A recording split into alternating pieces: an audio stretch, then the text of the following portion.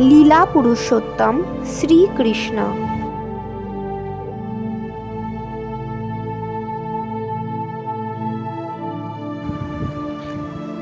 ব্রহ্মা, শিব, নারদ ও স্বর্গের সমস্ত দেবতারা অদৃশ্যভাবে কংসের আলয়ে এসে উপস্থিত হলেন এবং সুন্দর সুন্দর শ্লোকের মাধ্যমে তারা ভগবানের মহিমা কীর্তন করতে লাগলেন। এই প্রার্থনাগুলি ভক্তদের অতি প্রিয় এবং এই প্রার্থনা কীর্তন করার ফলে তাদের সমস্ত মনোবাঞ্ছা পূর্ণ হয়। প্রথমেই তারা ভগবানকে সত্যব্রত বলে অভিনন্দন করলেন। ভগবদ্গীতাতে ভগবান বলেছেন, পরিত্রাণায় সাধুনাং বিনাশায় চ দুষ্কৃতাম ধর্ম সংস্থাপনার্থায় সম্ভবামি যুগে যুগে। এটি হচ্ছে ভগবানের প্রতিজ্ঞা। দেবতারা বুঝতে পারলেন যে তার এই প্রতিজ্ঞা পালনের জন্য পরমেশ্বর ভগবান দেবকীর গর্ভে আশ্রয় নিয়েছেন। তা বুঝতে পেরে দেবতারা আনন্দে উৎফুল্ল হয়ে উঠলেন এবং তারা শ্রীকৃষ্ণকে সত্যং পরম বলে বন্দনা করলেন। সকলেই সত্যের অনুসন্ধান করছে, সকলেই সত্যকে জানতে চাইছে। এই অনুসন্ধানই হচ্ছে যথার্থ দর্শন। দেবতারা প্রচার করেন যে পরমেশ্বর ভগবানই হচ্ছেন পরম সত্য, যিনি সম্পূর্ণরূপে কৃষ্ণ ভাবনাময়, তিনি পরম সত্যকে উপলব্ধি করতে পারেন। শ্রীকৃষ্ণ হচ্ছেন পরম সত্য। অনন্তকালের তিনটি স্তরে, অতীত, বর্তমান এবং ভবিষ্যতে, আপেক্ষিক সত্য কখনোই সত্য নয়। শ্রীকৃষ্ণ অতীত, ভবিষ্যৎ ও বর্তমান সর্ব অবস্থাতেই পরম সত্য। জড় জগতে সব কিছুই মহাকালের দ্বারা নিয়ন্ত্রিত হচ্ছে। সৃষ্টির পূর্বেও শ্রীকৃষ্ণ ছিলেন, সৃষ্টির পরেও সব কিছুই শ্রীকৃষ্ণকে আশ্রয় করেই বিরাজ করে এবং সৃষ্টি যখন ধ্বংস হয়ে যায় তখনও শ্রীকৃষ্ণই থাকে। তাই সর্ব অবস্থাতেই তিনি হচ্ছেন পরম সত্য। এই জগতে যদি কোনো সত্য থেকে থাকে তাহলে তা পরম সত্য শ্রীকৃষ্ণ থেকেই উদ্ভূত। এই জগতে যদি কোনো ঐশ্বর্য থাকে তাহলে সেই ঐশ্বর্যের কারণ হচ্ছেন শ্রীকৃষ্ণ। এই জগতে যদি কোনো যশ থেকে থাকে তাহলে সেই যশের কারণ হচ্ছেন শ্রীকৃষ্ণ।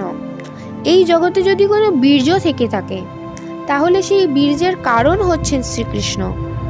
এই জগতে যদি কোনো জ্ঞান থেকে থাকে তাহলে সেই জ্ঞানের কারণ হচ্ছেন শ্রীকৃষ্ণ। সুতরাং সব রকম আপেক্ষিক সত্যের উৎস হচ্ছেন শ্রীকৃষ্ণ। এই জগৎ ক্ষিতি, অপ, তেজ, মরুত, বোম এই পাঁচটি উপাদানের দ্বারা গঠিত এবং এই পাঁচটি উপাদানই শ্রীকৃষ্ণ থেকে উদ্ভূত হয়েছে। জড় বৈজ্ঞানিকেরা জড় জগতের প্রকাশের কারণ রূপে এই পাঁচটি উপাদানকে স্বীকার করেন, কিন্তু সমস্ত সূক্ষ্ম এবং স্থূল উপাদানগুলি শ্রীকৃষ্ণই সৃষ্টি করেছেন। এই জড়জগতে কর্মরত সমস্ত জীবই ভগবানের তটস্থা শক্তিসম্ভূত। ভগবদ্গীতার 7ম অধ্যায়ে স্পষ্টভাবে বলা হয়েছে যে সমস্ত জড়া প্রকৃতি পরমেশ্বর ভগবান শ্রীকৃষ্ণের পরা ও অপরা শক্তির সমন্বয়ের ফলে উদ্ভূত হয়েছে। জীব ভগবানের পরা প্রকৃতি সম্ভূত আর জড়জগৎ ভগবানের অপরা শক্তি সম্ভূত। সুপ্ত অবস্থায় সব কিছুই শ্রীকৃষ্ণতেই অবস্থান করে। দেবতারা জড়া প্রকৃতির তত্ত্ব বিশ্লেষণ করে পরমেশ্বর ভগবান শ্রীকৃষ্ণের স্তব করতে লাগলেন। এই জড়া প্রকৃতি কি? এটি একটি বৃক্ষের মতো। একটি বৃক্ষ জমির উপর দাঁড়িয়ে থাকে, ঠিক তেমনি এই জড়জগৎরূপী বৃক্ষটিও জড়া প্রকৃতির ভূমির ওপর দাঁড়িয়ে রয়েছে। জড়জগৎকে বৃক্ষের সঙ্গে তুলনা করা হয়েছে, কেননা একসময় না একসময় বৃক্ষকে কেটে ফেলা হয়। বৃক্ষ কথাটির অর্থ হচ্ছে যা একসময় কেটে ফেলা হবে। তাই এই জড়জগৎরূপী বৃক্ষটিকে কখনোই পরম সত্য বলে স্বীকার করা যায় না। জড়জগতের প্রকাশ হয় কালের প্রভাবে, কিন্তু শ্রীকৃষ্ণের রূপ হচ্ছে নিত্য। জড়জগৎ বর্তমান থাকা কালেও তিনি রয়েছেন এবং প্রলয়ের পরেও তিনি থাকবেন। কঠ উপনিষদেও জড়জগৎকে বৃক্ষের সঙ্গে তুলনা করা হয়েছে, যা জড়া প্রকৃতিরূপী ভূমির উপর দাঁড়িয়ে আছে। এই গাছের দুটি ফল, সুখ এবং দুঃখ। এই বৃক্ষে দুটি পাখি বাস করে। তাদের একটি হচ্ছে সমস্ত জীবের হৃদয়ে শ্রীকৃষ্ণের প্রকাশ পরমাত্মা, এবং অন্য পাখিটি হচ্ছে জীবাত্মা। জীবাত্মা এই জড় জগৎরূপী বৃক্ষের ফল ভক্ষণ করে। কখনো সে সুখরূপী ফল ভক্ষণ করে, আর কখনো বা সে দুঃখরূপী ফল। কিন্তু অন্য পাখিটি সুখ বা দুঃখ কোনো ফলই খাচ্ছে না, কেননা তিনি হচ্ছেন আত্মারাম। কঠ উপনিষদে বলা হয়েছে যে একটি পক্ষী সেই বৃক্ষের ফল ভক্ষণ করছে এবং অন্য পক্ষীটি সাক্ষী রূপে তার ফল ভক্ষণ দর্শন করছে। এই বৃক্ষের মূল তিন দিকে প্রসারিত, অর্থাৎ এই বৃক্ষের মূল জড়া প্রকৃতির তিনটি গুণ, সত্ত্ব, রজ ও তম। বৃক্ষের মূল যেভাবে প্রসারিত হয়, ঠিক সেভাবেই জড়া প্রকৃতির গুণগুলির সঙ্গে সঙ্গ করার ফলে জড় জীবনের স্থায়িত্ব বর্ধিত হয়। এই ফলের স্বাদ চার রকম: ধর্ম, অর্থ, কাম এবং মোক্ষ। ভিন্ন ভিন্ন রূপে জড়া প্রকৃতির গুণগুলির সঙ্গে সঙ্গ করার ফলে ভিন্ন ভিন্নভাবে ধর্ম, অর্থ, কাম ও মোক্ষ আস্বাদন করা হয়। প্রকৃতপক্ষে জড়জগতের সব কর্মই তমগুণের প্রভাবে সম্পাদিত হয়ে থাকে, কিন্তু যেহেতু তিনটি গুণ আছে, তাই কখনো কখনো তমগুণ সত্ত্ব ও রজগুণের সঙ্গে মিশ্রিত হয়ে থাকে। এই জড়জগৎরূপী বৃক্ষের ফলগুলি আস্বাদন করা হয় পাঁচটি ইন্দ্রিয়ের মাধ্যমে। এই পাঁচটি জ্ঞানেন্দ্রিয় ছ রকমের কষাঘাত খেয়ে থাকে। সেগুলি হচ্ছে শোক, মোহ, জরা, ব্যাধি, ক্ষুধা ও তৃষ্ণা। এই জড় শরীর বা জড়জগৎ সাতটি আবরণের দ্বারা আচ্ছাদিত। সেগুলি হচ্ছে ত্বক, পেশি, মাংস, মেদ, অস্থি, মজ্জা ও বীর্য। এই গাছের শাখা হচ্ছে আটটি: মাটি, জল, আগুন, বায়ু, আকাশ, মন, বুদ্ধি এবং অহংকার। এই শরীরের নটি দাঁড়, দুটি চোখ, দুটি কান, দুটি নাক, একটি মুখ, একটি উপস্থ এবং একটি পায়ু। এবং শরীরের অভ্যন্তরে প্রাণ, অপান, সমান, উদান, ব্যান ইত্যাদি 10 রকমের বায়ু আছে। যে দুটি পাখি এই গাছে বসে রয়েছে তাদের কথাই আগে বলা হয়েছে, জীবাত্মা ও পরমাত্মা। এখানে বর্ণনা করা হয়েছে যে জড় সৃষ্টির মূল কারণ হচ্ছেন পরমেশ্বর ভগবান শ্রীকৃষ্ণ। পরমেশ্বর ভগবান নিজেকে বিস্তার করে জড়া প্রকৃতির তিনটি গুণের পরিচালনা করেন। বিষ্ণু সত্যগুণের পরিচালনা করেন, ব্রহ্মা রজগুণের পরিচালনা করেন এবং শিব তমগুণের পরিচালনা করেন। রজগুণের প্রভাবে ব্রহ্মা এই জড় জগৎ সৃষ্টি করেন। বিষ্ণু সত্যগুণের দ্বারা এই জগৎ পালন করেন এবং মহাদেব শিব তমগুণের দ্বারা এই সৃষ্টি ধ্বংস করেন। সমস্ত সৃষ্টি পরমেশ্বর ভগবানকে আশ্রয় করে বিরাজ করে। তিনি হচ্ছেন সৃষ্টি, স্থিতি এবং প্রলয়ের কারণ। প্রলয়ের পর যখন সব কয়টি উপাদান সূক্ষ্ম রূপে অবস্থান করে, তখনও তা পরমেশ্বর ভগবানের শক্তিরূপে ভগবানের শরীরেই বিরাজ করে। দেবতারা ভগবানের স্তব করতে লাগলেন।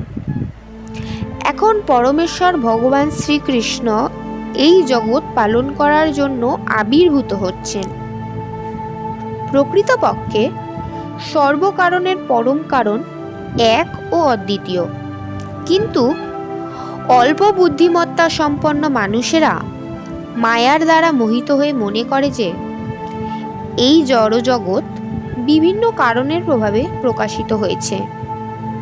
কিন্তু যারা বুদ্ধিমান তারা জানেন যে সর্বকারণের পরম কারণ হচ্ছেন পরমেশ্বর ভগবান শ্রীকৃষ্ণ, যে কথা ব্রহ্মসংহিতায় বলা হয়েছে, ঈশ্বর পরম কৃষ্ণ সচ্চিদানন্দ বিগ্রহ অনাদিরাদি গোবিন্দ সর্বকারণ কারণম। পরমেশ্বর ভগবান শ্রীকৃষ্ণই হচ্ছেন সর্বকারণের পরম কারণ। ব্রহ্মা হচ্ছেন সৃষ্টির কাজে নিযুক্ত তার প্রতিনিধি এবং মহেশ্বর হচ্ছেন ধ্বংস কার্য সম্পাদন করার জন্য শ্রীকৃষ্ণেরই প্রকাশ। দেবতারা প্রার্থনা করলেন, হে প্রিয়তম ভগবান, পরম পুরুষ রূপে তোমার শাশ্বত স্বরূপ উপলব্ধি করা অত্যন্ত কঠিন। মানুষ সাধারণত তোমার প্রকৃত রূপ যে কি তা জানতে পারে না। তাই তুমি স্বয়ং আবির্ভূত হয়ে তোমার নিত্য শাশ্বত আদি রূপ প্রদর্শন করবার জন্য অবতরণ করছো। তোমার বিভিন্ন অবতারের কথা মানুষেরা বুঝতে পারে, কিন্তু তোমার আদি রূপ নরাকার দ্বিভুজ মূর্তিরূপে তুমি যখন সাধারণ মানুষের মতো লীলাবিলাস করো, তখন তারা তা বুঝতে পারে না। ভক্তকে আনন্দ দেওয়ার জন্য তোমার এই শাশ্বত রূপ নিত্য বর্ধিত হচ্ছে, কিন্তু অভক্তদের কাছে এই রূপ অতি ভয়ঙ্কর। ভগবদ গীতায় বলা হয়েছে যে সাধুদের আনন্দ দান করবার জন্য ভগবান অবতরণ করেন, পরিত্রাণায় সাধুনাম। কিন্তু এই রূপই আবার অসুরদের কাছে অত্যন্ত ভয়ঙ্কর, বিনাশায় চ দুষ্কৃতম। কেননা তিনি দুষ্কৃতকারীদের বিনাশ করবার জন্যও আবির্ভূত হন। এইভাবে একই সঙ্গে ভক্তদের আনন্দ দান করবার জন্য এবং অসুরদের বিনাশ করবার জন্য ভগবান আবির্ভূত হন। হে অরবিন্দ আক্ষ, তুমি হচ্ছ শুদ্ধ সত্যের উৎস। অনেক মহর্ষি সমাধিমগ্ন হয়ে বা তোমার চরণার বিন্দের ধ্যান করে তোমার চিন্তায় মগ্ন হয়ে অনায়াসে এই ভবসমুদ্রকে গোষ্পদে পরিণত করেছে। ধ্যান করার অর্থ হচ্ছে পরমেশ্বর ভগবান শ্রীকৃষ্ণের চিন্তায় মনকে নিবদ্ধ করা। তার চরণারবিন্দে প্রথমে মনকে নিবদ্ধ করতে হয়।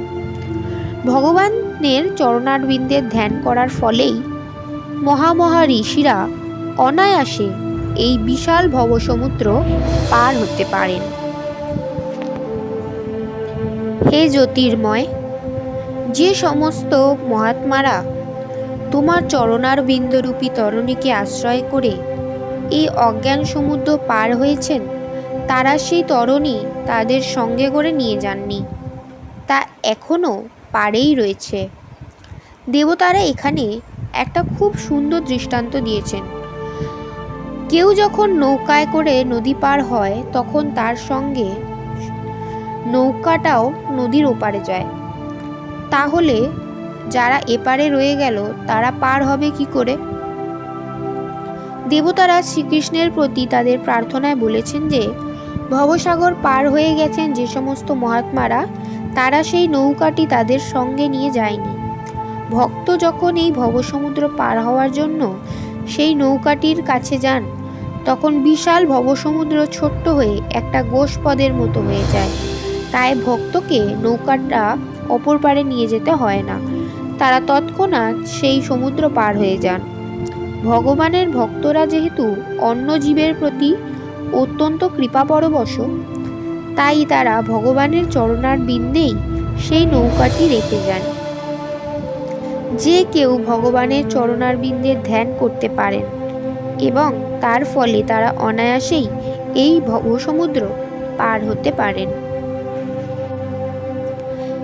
ধ্যান করার অর্থ হচ্ছে পরমেশ্বর ভগবানের চরণারবিন্দে মনকে একাগ্র করা। ভগবানের চরণারবিন্দে ধ্যান করা মানে ভগবানেরই ধ্যান করা। যারা নির্বিশেষবাদী তারা ভগবানের চরণারবিন্দকে স্বীকার করে না, তাই তাদের ধ্যানের বিষয়ও হচ্ছে নির্বিশেষ।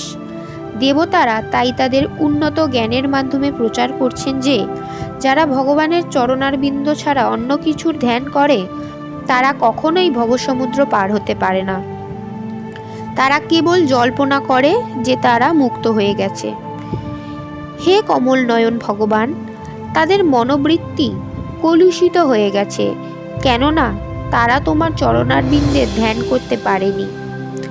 ভগবানের প্রতি এই ধরনের অবমাননা সূচক আচরণ করার ফলে নির্বিশেষবাদীরা যদিও সাময়িকভাবে নির্বিশেষ ব্রহ্ম উপলব্ধি স্তরে উন্নীত হতে পারে, তবুও তাদের আবার এই জড়জগতে অধপতিত হতে হয়। নির্বিশেষবাদীরা কঠোর তপস্যা এবং কৃচ্ছ সাধনার মাধ্যমে ব্রহ্মজ্যোতিতে লীন হতে পারে, কিন্তু তাদের মন জড়কলুষ থেকে মুক্ত হয়নি। তারা কেবল জড়জগৎকে অস্বীকার করার চেষ্টা করছে। তার অর্থ এই নয় যে তারা মুক্ত হয়ে গেছে, তাই তারা আবার অধপতিত হয়।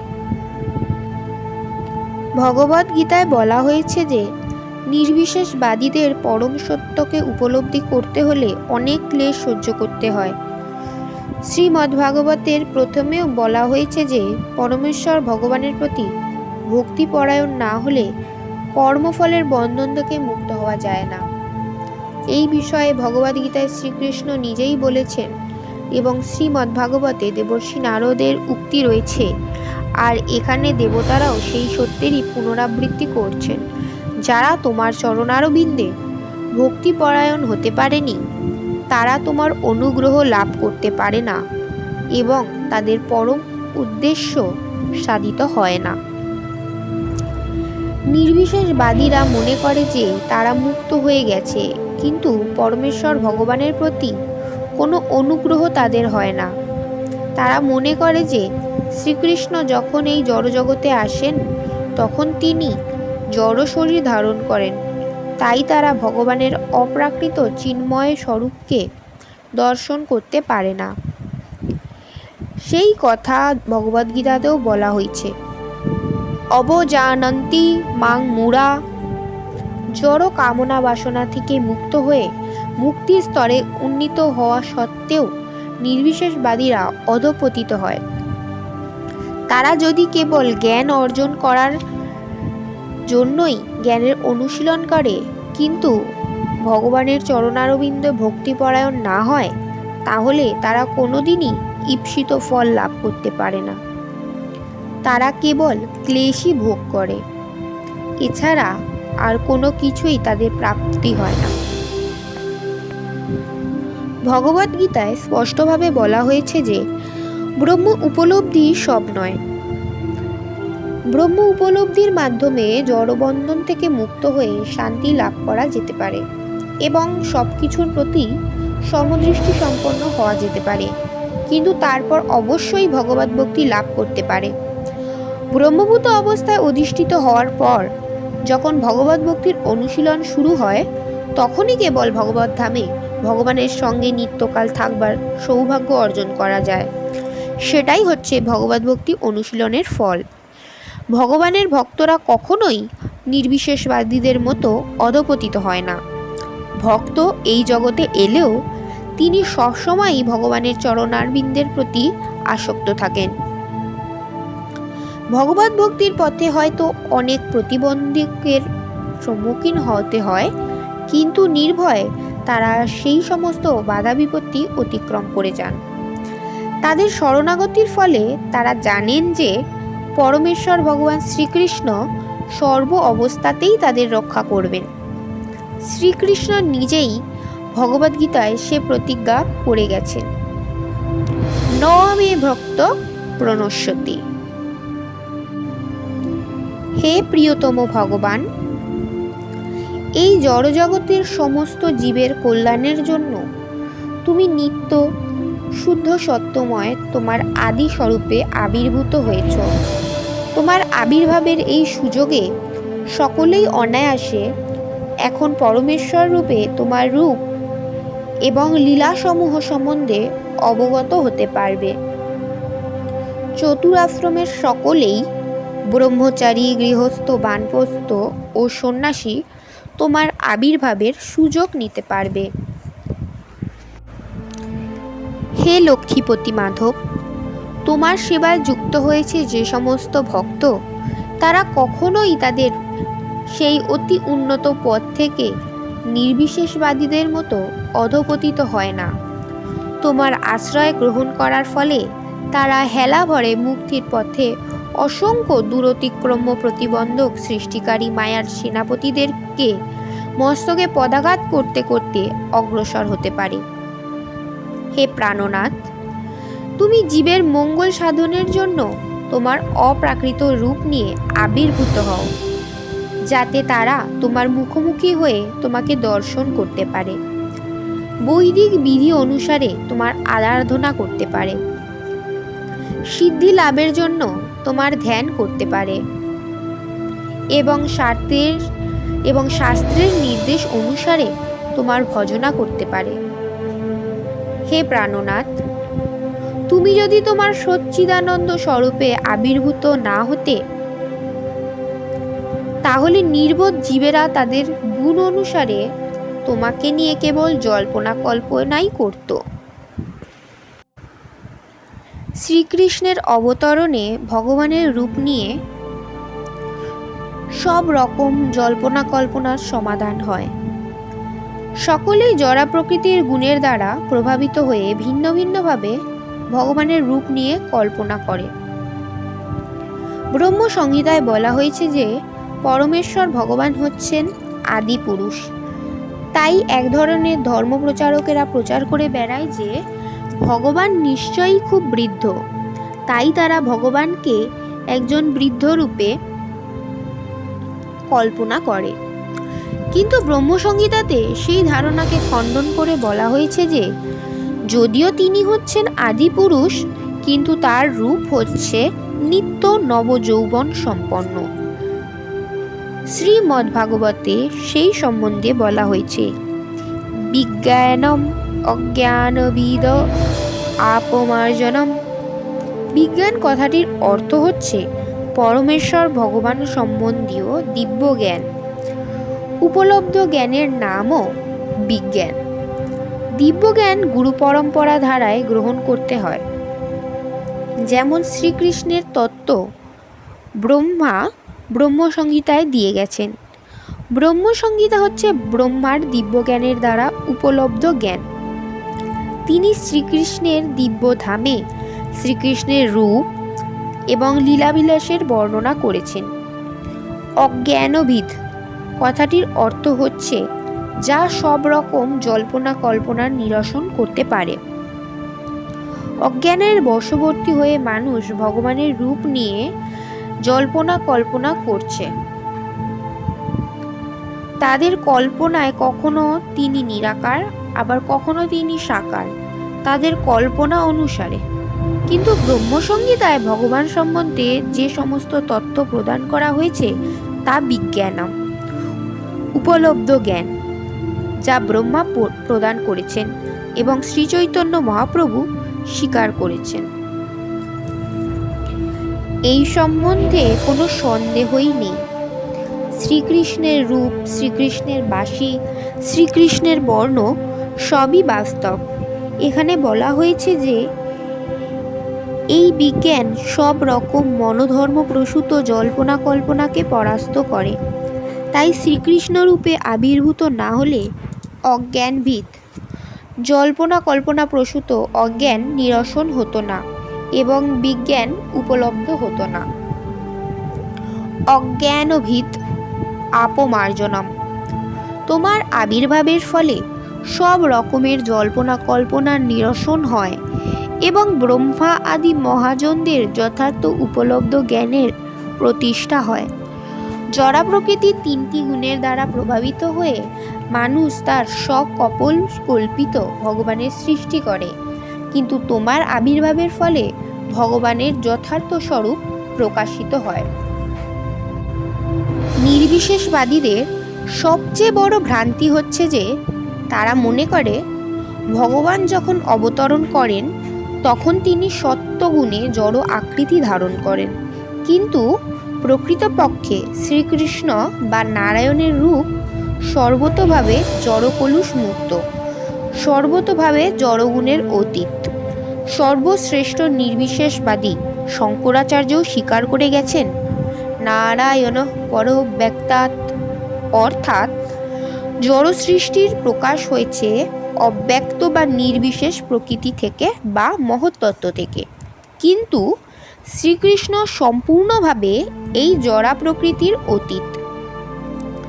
শ্রীমদ্ ভাগবতে তাকে শুদ্ধ সত্য বা অধক্ষজ বলে বর্ণনা করা হয়েছে। তিনি জড় জগতের সত্যগুণে থাকেন না, তিনি সত্যগুণেরও অতীত। তিনি জড় জগতের অতীত সচ্চিৎ আনন্দময় স্তরে অবস্থান করেন। হে ভগবান, তুমি যখন তোমার বিভিন্ন অবতারে অবতরণ করো তখন তুমি বিভিন্ন অবস্থা অনুসারে বিভিন্ন রূপ ও নাম গ্রহণ করে থাকো। তোমার নাম শ্রীকৃষ্ণ, কেননা তুমি সর্বাকর্ষক। তোমার দিব্য রূপের জন্য তোমার নাম শ্যাম সুন্দর। শ্যাম মানে কালো, কিন্তু তা সত্ত্বেও তোমার রূপ কোটি কোটি কন্দর্পের থেকেও সুন্দর। কন্দর্প কোটি কমনীয়। তোমার অঙ্গকান্তি যদিও বর্ষার জল ভরা মেঘের মতো ঘন শ্যাম, কিন্তু যেহেতু তুমি হচ্ছ অপ্রাকৃত পরতত্ত্ব, তাই তোমার রূপ কন্দর্পের কমনীয় রূপের থেকেও অনেক সুন্দর। কখনো কখনো তোমাকে গিরিধারী বলে সম্বোধন করা হয়, কেননা তুমি গিরিরাজ গোবর্ধনকে তোমার বাঁ হাতের কড়ে আঙ্গুলের উপর তুলে ধরেছিলে। কখনো কখনো তোমাকে নন্দনন্দন ও বাসুদেব বলে বা দেবকী নন্দনও বলা হয়, কেননা তুমি নন্দ মহারাজের সন্তান রূপে এবং দেবকী ও বসুদেবের সন্তান রূপে আবির্ভূত হয়েছিলে। নির্বিশেষবাদীরা মনে করে থাকে যে তোমার বিভিন্ন কর্ম এবং গুণ অনুসারে তোমার বিভিন্ন নামকরণ হয়েছে, কেননা তারা জড়জগতের পরিপ্রেক্ষিতে তোমাকে দর্শন করে থাকে। হে প্রিয় ভগবান, মনোধর্ম প্রসূত জল্পনা কল্পনা দ্বারা তোমার অপ্রাকৃত প্রকৃতি, রূপ এবং লীলাবিলাস অধ্যয়ন করে তোমাকে জানা যায় না। ভক্তি সহকারে তোমার সেবা করার মাধ্যমেই কেবল অপ্রাকৃত প্রকৃতি, নাম, রূপ, লীলা এবং গুণাবলী সম্বন্ধে অবগত হওয়া যায়।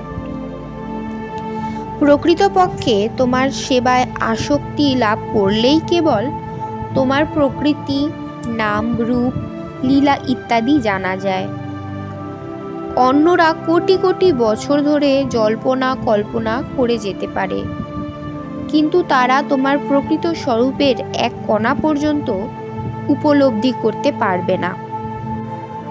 পক্ষান্তরে বলা যায় যে অভক্তেরা কখনো শ্রীকৃষ্ণকে জানতে পারবে না, কেননা যোগমায়ার যবনিকার দ্বারা শ্রীকৃষ্ণের স্বরূপ আচ্ছাদিত। ভগবদ গীতাতেও বলা হয়েছে, নাহং প্রকাশ সর্বস্ব যোগমায়া সমাবৃত। ভগবান বলছেন, আমি সকলের কাছে প্রকাশিত হই না। শ্রীকৃষ্ণ যখন অবতরণ করেছিলেন তখন তিনি বাস্তবিকভাবে কুরুক্ষেত্রের রণাঙ্গনে উপস্থিত ছিলেন এবং সকলেই তাকে দেখেছিল। তবু সকলেই বুঝতে পারেননি যে তিনি হচ্ছেন পরমেশ্বর ভগবান। কিন্তু তথাপি যারা তার সামনে মৃত্যুবরণ করেছিলেন তারা সকলেই এই জড়জগতের বন্ধন থেকে সম্পূর্ণভাবে মুক্তি লাভ করেছিলেন এবং তারা চিৎ জগতে অধিষ্ঠিত হয়েছিলেন। হে প্রভু, নির্বিশেষবাদীরা বুঝতে পারে না যে তোমার নাম তোমার রূপ থেকে অভিন্ন। ভগবান যেহেতু পরম তত্ত্ব, তাই তার নাম এবং রূপ অভিন্ন। এই জড়জগতের নাম বস্তু থেকে ভিন্ন। আম ফল এবং আম নাম এক নয়। কেউ যদি আম আম বলে জপ করতে থাকে, তার ফলে সে কখনোই আম ফলটি আস্বাদন করতে পারবে না। কিন্তু ভগবানের ভক্ত যিনি জানেন যে ভগবানের নাম ভগবানের রূপের থেকে অভিন্ন, তিনি হরে কৃষ্ণ কৃষ্ণ কৃষ্ণ হরে হরে, হরে রাম রাম রাম হরে হরে কীর্তন করার ফলে উপলব্ধি করতে পারেন যে তিনি শ্রীকৃষ্ণের সঙ্গ লাভ করছেন। যে সমস্ত মানুষের ভগবত তত্ত্ব সম্বন্ধে গভীর জ্ঞান নেই, তাদের জন্যও শ্রীকৃষ্ণ তার লীলা প্রকট করেন। তারা কেবল ভগবানের লীলা স্মরণ করার ফলেই সম্পূর্ণরূপে লাভবান হতে পারে। ভগবানের নাম যেমন ভগবানের রূপ থেকে অভিন্ন, তেমনি ভগবানের লীলাও ভগবানের রূপ থেকে অভিন্ন। স্ত্রী, শূদ্র, বৈশ্য আদি যারা অল্প বুদ্ধি সম্পন্ন, তাদের জন্যও মহামুনি বেদব্যাস মহাভারত রচনা করে গেছেন। মহাভারতে শ্রীকৃষ্ণের বিভিন্ন লীলা বর্ণনা করা হয়েছে। মহাভারত হচ্ছে ইতিহাস এবং তা পাঠ করে, শ্রবণ করে এবং ভগবানের দিব্য লীলা স্মরণ করে অল্প বুদ্ধি সম্পন্ন মানুষেরাও ধীরে ধীরে শুদ্ধ ভক্তির পর্যায়ে উন্নীত হতে পারেন। যে সমস্ত শুদ্ধ ভক্ত সর্বক্ষণ শ্রীকৃষ্ণের দিব্য চরণারবিন্দের ধ্যানে মগ্ন এবং যারা সর্বক্ষণ কৃষ্ণ ভাবনায় ভাবিত হয়ে শ্রীকৃষ্ণের সেবায় যুক্ত, কখনো মনে করা উচিত নয় যে তারা জড়স্তরে আছেন। শ্রীল রূপ গোস্বামী বলেছেন যে যারা কায় মন বাক্যে সর্বক্ষণ ভগবানের সেবায় যুক্ত, তারা এই জড় শরীরে অবস্থান করলেও তারা মুক্ত। ভগবদ গীতাতেও এই সত্য প্রতিপন্ন হয়েছে। যারা ভগবানের প্রতি ভক্তিযুক্ত সেবায় রত, তারা ইতিমধ্যেই জড়জগতের সমস্ত বন্ধন থেকে মুক্ত হয়ে গেছেন। শ্রীকৃষ্ণ আবির্ভূত হন ভক্ত এবং অভক্ত উভয়কেই জীবনের যথার্থ উদ্দেশ্য সম্বন্ধে অবগত হওয়ার সুযোগ দেওয়ার জন্য। ভক্তরা সরাসরিভাবে তার সেবা করতে পারে, আরাধনা করতে পারে। যারা ততটা উন্নত নয়, তারা ভগবানের লীলা শ্রবণ করে তার সঙ্গে পরিচিত হয়ে ধীরে ধীরে ভগবত ভক্তির স্তরে উন্নীত হওয়ার সুযোগ পায়। দেবতারা প্রার্থনা করতে লাগলেন, হে প্রিয় প্রভু, তুমি অজ, তোমার জন্ম নেই, মৃত্যু নেই, তাই তোমার লীলাবিলাস করা ছাড়া তোমার অবতরণের আর কোনো কারণ নেই। যদিও ভগবান ভগবদ্গীতায় তার আবির্ভাবের কারণ বিশ্লেষণ করে বলেছেন, সাধুদের পরিত্রাণ করার জন্য এবং দুষ্কৃতকারীদের বিনাশ করার জন্য তিনি আবির্ভূত হন, কিন্তু প্রকৃতপক্ষে তিনি ভক্তদের সঙ্গসুখ লাভ করার জন্যই কেবল অবতরণ করেন,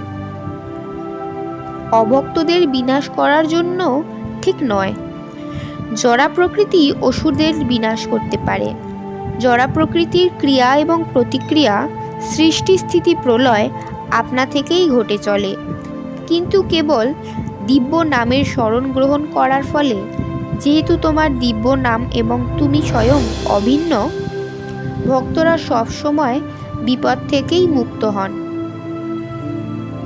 সাধুদের পরিত্রাণ করা এবং অসুরদের বিনাশ করার জন্যই ভগবান অবতরণ করেন না, সেগুলি কেবল তার দিব্য লীলা।